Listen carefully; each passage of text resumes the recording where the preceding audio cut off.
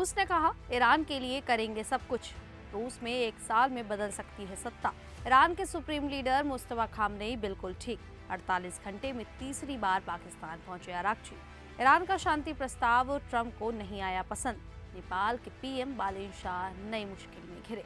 नमस्कार, मेरा नाम है शालिनी और आप देख रहे हैं द न्यूज़ 15। स्वागत है आपका हमारे खास प्रोग्राम दुनिया के हालचाल में। चलिए नजर डालते हैं बड़ी खबरों पर विस्तार से। ईरान और इजरायल के बीच बढ़ते तनाव के दौरान रूस ने ईरान का खुलकर समर्थन किया है। रूस के राष्ट्रपति व्लादिमीर पुतिन ने कहा है कि रूस पश्चिम एशिया में शांति लाने के लिए हर संभव कोशिश करेगा। इसी बीच ईरान के विदेश मंत्री अब्बास अरागची ने मॉस्को में पुतिन से मुलाकात की। इस बैठक में दोनों नेताओं ने क्षेत्र में चल रहे संघर्ष और शांति के प्रयासों पर चर्चा की। अरागची ने कहा कि रूस और ईरान के रिश्ते बहुत मजबूत हैं और दोनों देशों की रणनीतिक साझेदारी लगातार आगे बढ़ रही है। उन्होंने रूस के समर्थन के लिए धन्यवाद भी दिया। वहीं रूस के विदेश मंत्री सर्गेई लाव्रोव ने इस बातचीत को उपयोगी और सकारात्मक बताया। रूस ने ये भी कहा है कि अगर जरूरत पड़ी तो वो दोनों पक्षों के बीच में मध्यस्थता करने के लिए तैयार है। इससे पहले अरागची पाकिस्तान और ओमान भी गए थे, जहां उन्होंने क्षेत्र में शांति और स्ट्रेट ऑफ हॉर्मुज की सुरक्षा को लेकर बातचीत की। फिलहाल पूरे पश्चिम एशिया में तनाव बना हुआ है और दुनिया की नज़र इस संघर्ष पर टिकी हुई है। रूस के राष्ट्रपति व्लादिमीर पुतिन को लेकर एक बड़ा दावा सामने आया है। उनके पूर्व समर्थक इलिया रेमेस्लो ने कहा कि रूस के कई बड़े नेता अब अंदर ही अंदर पुतिन से नाराज हैं। उनका कहना है कि देश की मौजूदा समस्याओं के लिए लोग सीधे तौर पर पुतिन को जिम्मेदार मान रहे हैं। एक इंटरव्यू में रेमेस्लो ने दावा किया कि अगले 1 साल के अंदर रूस में सत्ता परिवर्तन हो सकता है। उन्होंने कहा कि ये बदलाव हिंसक नहीं बल्कि शांत तरीके से हो सकता है, जैसा सोवियत नेता स्टालिन की मौत के बाद हुआ था। रेमेस्लो ने यह भी कहा कि रूस के कई प्रभावशाली लोग अब पहले जैसी ताकत और सुविधाएं नहीं पा रहे हैं, इसीलिए उनमें नाराजगी बढ़ रही है। उन्होंने 3 नेताओं के नाम भी बताए जिन्हें पुतिन के बाद संभावित नेता माना जा सकता है। इसमें रूस के प्रधानमंत्री मिखाइल मिशुस्टिन, आर्थिक विकास मंत्री मैक्सिम रेशेनिकोव और पुतिन के पूर्व बॉडीगार्ड एलेक्सी ड्यूमिन शामिल हैं। रूस इस समय कई मुश्किलों का सामना कर रहा है। यूक्रेन पर रूसी आक्रमण की वजह से अर्थव्यवस्था पर दबाव बढ़ा है, महंगाई बढ़ रही है और छोटे कारोबार प्रभावित हो रहे हैं। सरकार ने इंटरनेट व संचार सेवाओं पर भी सख्ती बढ़ा दी है। इन हालात के बीच रेमेस्लो का कहना है कि रूस में असंतोष बढ़ रहा है और आने वाले समय में बड़ा राजनीतिक बदलाव देखने को मिल सकता है। इसी बीच मुस्तफा खामनेई के सेहत को लेकर कई तरह की खबरें सामने आ रही है, लेकिन भारत में उनके प्रतिनिधि अब्दुल मजीद हकीम इलाही ने कहा है कि मुस्तफा खामनेई स्वस्थ हैं और अच्छी हालत में हैं। उन्होंने इन रिपोर्टों को गलत बताया जिसमें कहा गया था कि अमेरिका और इजरायल के हमलों में वो गंभीर रूप से घायल हो गए थे। हालांकि उन्होंने ये जरूर कहा कि उन्हें ये जानकारी नहीं है कि खामनेई ने अपना पैर खोया है या नहीं।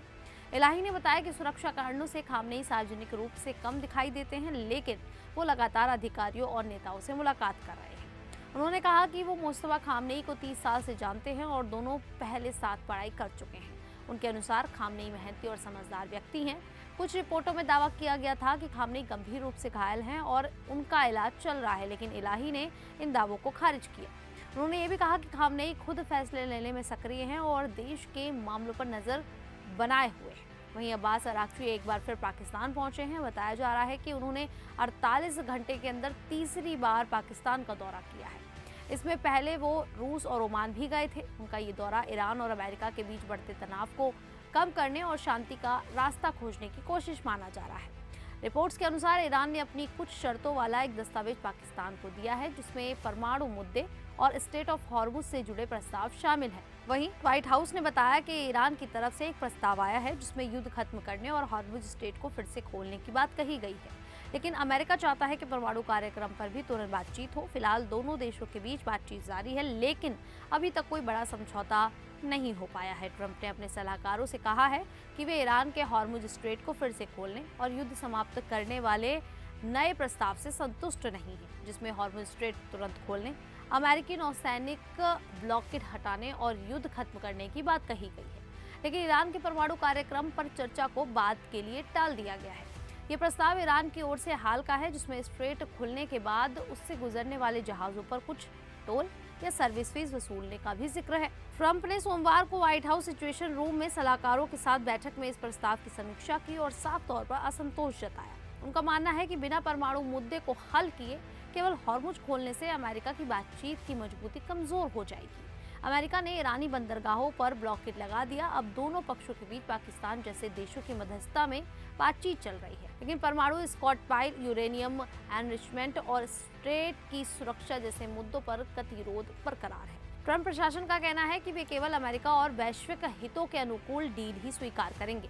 वर्तमान में प्रस्ताव की समीक्षा जारी है और ट्रंप जल्द ही इस पर सार्वजनिक रूप से कुछ कह सकते हैं। वहीं नेपाल में बालेन शाह की सरकार इन दिनों नए विवाद में घिर गई है। नेपाल के भक्तापुर इलाके की मनोहरा बस्ती में सरकार ने अतिक्रमण हटाने का अभियान चलाया। इस दौरान कई घरों और इमारतों के साथ एक चर्च भी गिर गया। चर्च तोड़े जाने के बाद ईसाई समुदाय में नाराजगी बढ़ गई है। ईसाई संगठनों का कहना है कि सरकार को धार्मिक स्थल के साथ ऐसा व्यवहार नहीं करना चाहिए था। उनका कहना है कि अगर चर्च की जमीन अवैध थी तब भी सरकार को पहले दूसरी जगह की व्यवस्था करनी चाहिए थी।